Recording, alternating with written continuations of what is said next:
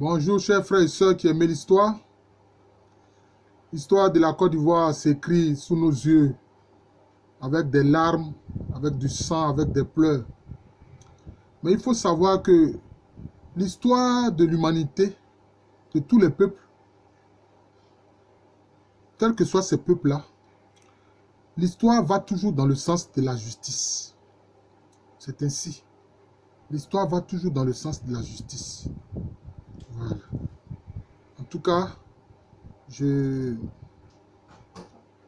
présente toutes mes condoléances aux familles qui ont perdu des êtres chers dans ces événements que la Côte d'Ivoire traverse. Et je dis que la Côte d'Ivoire va traverser cette passe difficile-là. C'est sûr. Et une nation va naître de ce pays. Je voudrais, en ce moment difficile, poursuivre quand même mon travail d'enseignant. Parce que servir aussi son pays, c'est faire son travail. Moi, je suis un enseignant.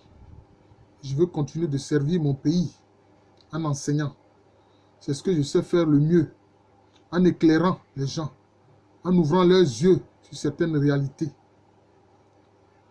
Je voudrais aborder un sujet, je ne sais pas comment le qualifier, mais on a comme aujourd'hui la nette impression que certaines traditions scientifiques universitaires se perdent dans notre université d'Abidjan, l'université Félix Houphouët-Boigny. Il y a des traditions scientifiques dans le monde universitaire. Moi, j'ai connu ces traditions-là. Je me rends compte qu'aujourd'hui, ces traditions sont en train de se perdre. Et c'est un problème. C'est pour ça que cette vidéo, je l'intitule « Critique de certaines critiques historiques ». Critique de certaines critiques historiques. Alors, pourquoi est-ce que je dis que quelquefois, à l'université Félix Houphouët-Boigny, on s'éloigne de certaines traditions scientifiques universitaires? Concernant les thèses, par exemple, que les étudiants font.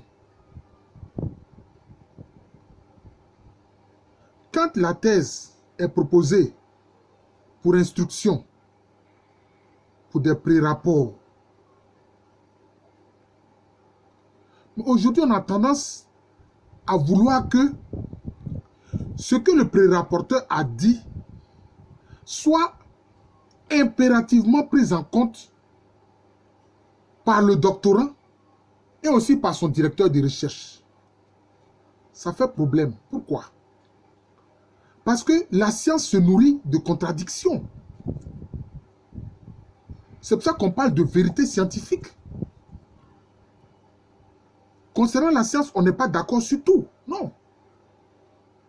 Faire comme si on doit être forcément d'accord sur tout, ça allait contre une maxime importante même de la science. On dit quoi? Soutenir une thèse. Quand on dit soutenir une thèse, ça veut dire quoi? Ça veut dire c'est soutenir une idée qui ne l'a pas encore été par autrui. Mais on peut ne pas être d'accord avec l'idée que le doctorant soutient. Mais ce qui compte, c'est la logique scientifique. Parce que le fondement de la science, c'est la logique. Oui, la base, c'est la logique.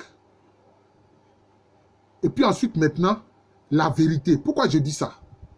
Parce qu'une idée scientifique qui est logique est acceptée. Mais elle peut ne pas être vraie. Elle peut ne pas être vraie. Mais elle est acceptée parce qu'il y a une logique à l'intérieur. Voyez. Parce que la science s'appuie surtout sur des idées cartésiennes, donc sur des idées de logique. Voyez. Maintenant, il faut que nous, les professeurs, nous soyons un peu humbles. Parce que ce doctorant-là, c'est lui qui travaille sur son sujet pendant peut-être 3 années, 4 années, voire 5 années. Ce que nous faisons quand nous faisons un pré-rapport, c'est de l'aider. c'est de l'aider parce que nous avons une expérience, un background en matière de recherche scientifique. Mais ce n'est pas de faire sa thèse à sa place. Or, quelquefois, on voit certains collègues agir comme si ils veulent faire la thèse à la place de l'étudiant. Ça ne fait pas sérieux. C'est vrai, tu es professeur, mais tu n'es pas allé mener des enquêtes sur le terrain concernant le sujet. Tu peux en savoir plus ou moins. Ton rôle, c'est de lui donner des conseils, de lui dire certaines idées qui te viennent par rapport à son travail que tu as lu. Mais ce n'est pas pour qu'il fasse du doigt et à l'œil ce que tu veux. Depuis quand on fait l'enfant de quelqu'un à sa place? On ne fait pas l'enfant de quelqu'un à sa place. Non. Donc c'est ça le problème. Quelquefois même on a vu des cas où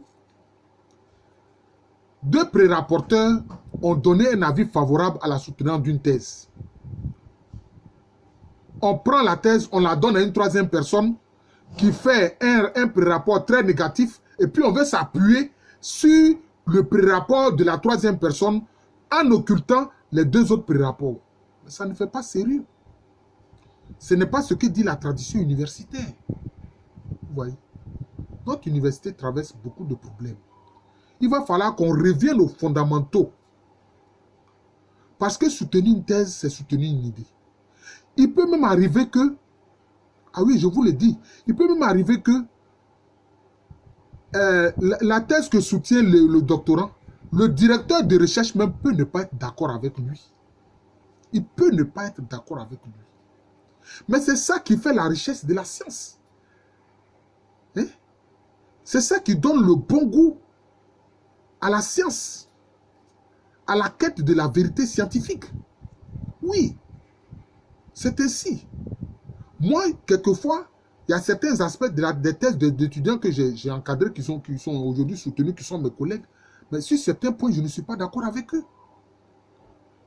Mais comme ils ont mené certaines enquêtes sur le terrain, et il y a de la logique aussi dans ce qu'ils disent, j'accepte cela, bien que je ne partage pas cette idée-là. Voilà.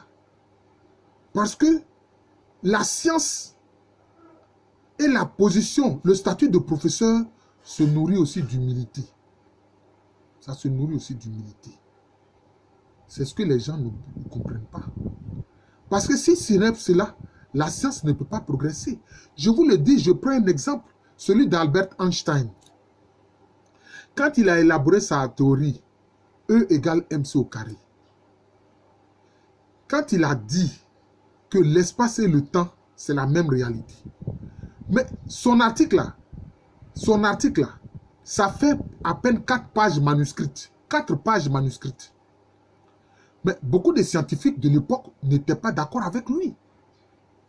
Ils n'étaient pas d'accord avec lui. Parce qu'avant, les gens séparaient l'espace et le temps. Vous voyez? Ils séparaient l'énergie et la matière. Or, Einstein a dit, l'espace et le temps, c'est la même chose. L'énergie et la matière, c'est la même chose. Mais c'est comme une pièce avec deux faces qui semblent différentes apparemment, mais c'est la même réalité. Voilà la théorie que Einstein a avancée. Mais les gens ont refusé de publier son travail jusqu'à ce qu'un professeur prenne sur lui son autorité scientifique pour dire que je publie cet article d'Albert Einstein. Mais on a vu que cet article, cette découverte a fait avancer la physique d'un grand pas. Ça fait avancer la physique d'un grand pas. Si les gens s'étaient arc-boutés sur leur titre de professeur et n'avaient jamais publié l'article d'Einstein, on n'aurait pas avancé dans la connaissance de la physique. On n'aurait pas avancé dans la connaissance de l'univers. Hein? Dans la cosmologie et l'astronomie, on n'aurait pas avancé. Donc, moi, je dis une chose, il faut que nos collègues aient un peu d'humilité. Deuxième chose, il y a une critique quelquefois, je vois, notamment concernant nos thèses et nos travaux en histoire. Quelquefois, des enseignants font la critique pour dire que oui, les parties de l'œuvre sont déséquilibrées. Soit on va dire, bon, par exemple, la première partie fait 100 pages, la seconde partie fait 50 pages et la troisième partie fait peut-être 30 pages. Et on dit non, il n'y a pas d'équilibre. Parce que il y a une trop grande distance de pages entre les différentes parties. Mais à nos collègues qui font cette critique-là, je leur pose la question. L'historien, là, il est tributaire de quoi? Parce que l'historien est tributaire de quelque chose. L'historien, il est tributaire des sources qu'il utilise. Il est tributaire des sources. Il y a des moments de l'histoire, il y a des périodes où les sources sont abondantes, où on a plus d'informations. Il y a des moments aussi où les sources sont amenuisées, on a peu d'informations. Mais l'historien se conforme à cela. Selon les informations données par les sources, il les commente. Il ne peut pas les imaginer. Il ne peut pas faire du remplissage de pages parce qu'il faut forcément que les parties soient plus ou moins égales. Non. Ce qui compte et ce qu'il faut comprendre, c'est l'harmonie qui est à l'intérieur des parties et non l'égalité. Non. Ce n'est pas l'égalité qui compte, non, c'est l'harmonie. Comprenez ça, c'est l'harmonie. Cette critique que les gens font pour dire que non, les parties sont déséquilibrées parce qu'elles ne sont pas égales, c'est une pseudo-critique. Ce n'est pas bon. Mais toi-même, être humain que Dieu t'a créé là, est-ce que tes parties là, les parties de ton corps sont égales? Les parties de ton corps ne sont pas égales. Mais tout est harmonieux. C'est l'harmonie qui compte. Ce n'est pas l'égalité des choses. Hein? Même tes pieds là, il faut les mesurer. Tu vas voir qu'il y a un qui est un peu plus long que l'autre. C'est comme ça. C'est l'harmonie et non l'égalité des parties. C'est important, il faut que nos collègues comprennent cela et revoient quelquefois les critiques qu'ils font. Concernant par exemple la présentation de la bibliographie, aujourd'hui, il y a différentes façons de présenter la bibliographie. Et il y a différentes façons de présenter les notes infrapaginales. Moi, par exemple, ce que mes maîtres m'ont appris, les notes infrapaginales étaient mises au bas des pages. Et on donnait tous les détails. On donnait tous les détails. Le nombre de pages, l'année d'édition, l'éditeur, etc. La maison d'édition, le nom de l'auteur, on mettait tous les détails. Mais on a vu que le système anglophone commence à s'imposer. Aujourd'hui, on met seulement, entre parenthèses, devant, à l'intérieur même de l'écrit, le nom de l'auteur et puis l'année de publication. Puisque cela est aussi admis, il faut que nous l'admettions aussi. C'est aussi simple que ça. Mais alors, on voit aussi certains venir critiquer nous qui pratiquons le système de notes infrapaginales au bas des pages que nos maîtres nous ont appris, avec tous les détails. Ça aussi, ça fait problème. Parce que dans la présentation des travaux scientifiques, il y a des éléments qui sont différents, mais qui sont admis. Par exemple, dans la présentation des notes infrapaginales. C'est différent, mais c'est admis. Si c'est admis, tu ne peux pas réfuter cela pour dire qu'il faut que l'étudiant fasse comme toi tu veux. S'il a décidé de prendre l'ancien système où on met tous les détails au bas de la page, toi tu dis non, il faut qu'il abandonne forcément cette façon de faire et il faut qu'il mette le nom de l'auteur plus seulement la date à l'intérieur de l'écrit. Non, ça ne fait pas sérieux. Les deux méthodes sont admises. Donc il faut admettre les deux méthodes, c'est tout. Et puis passer à autre chose. C'est la même chose aussi concernant la bibliographie. Concernant la bibliographie, si on veut, on peut la présenter de bout en bout en tenant compte simplement des noms d'auteurs. L'ordre alphabétique des noms d'auteurs. Ça, c'est une forme de présentation. On peut aussi présenter aussi la bibliographie en tenant compte des thèmes. Ça aussi, c'est admis. Mais si toi, tu aimes la présentation de la bibliographie par thème, c'est une proposition, mais ce n'est pas impératif. C'est une suggestion, mais ce n'est pas impératif. Tu ne peux pas forcément obliger l'étudiant, le doctorant, à adopter cette façon de faire que toi, tu préfères. Non, ce n'est pas comme ça. Ce n'est pas comme ça. Vous voyez? Donc, quelquefois, il y a différentes formes de présentation qui sont admises scientifiquement. S'il a adopté une des méthodes qui est admise, il ne faut pas forcément le contraindre. Alors, pour ces détails-là, quelquefois, les gens disent alors, moi, je ne donne pas un avis favorable à la soutenance. Ça ne fait pas sérieux. Ça ne fait pas sérieux. Une thèse peut venir à soutenance, même si on n'est pas d'accord. Ouais. Et aujourd'hui, les directeurs de thèse, c'est comme si leur autorité scientifique est mise de côté. L'autorité scientifique est mise de côté. Non. Dans la tradition universitaire, des pré-rapports peuvent ne pas être d'accord avec le travail de l'impétrant, du doctorant. Mais si l'étudiant a la capacité, le doctorant a la capacité de soutenir sa thèse, d'argumenter, et que son directeur de recherche est d'accord avec lui, mais la thèse doit pouvoir venir à soutenance. Mais aujourd'hui, on écarte même l'autorité scientifique du directeur de la thèse. Et on dit non, parce qu'un tel pré-rapporteur a dit ceci, donc la thèse n'est pas soutenable. Ça ne fait pas sérieux, ce n'est pas scientifique, et ce n'est pas conforme aux traditions universitaires que moi j'ai connues et que je connais. Voilà, c'est comme ça. Ouais. Mais regardez, je vais prendre simplement cet exemple-là pour peut-être terminer.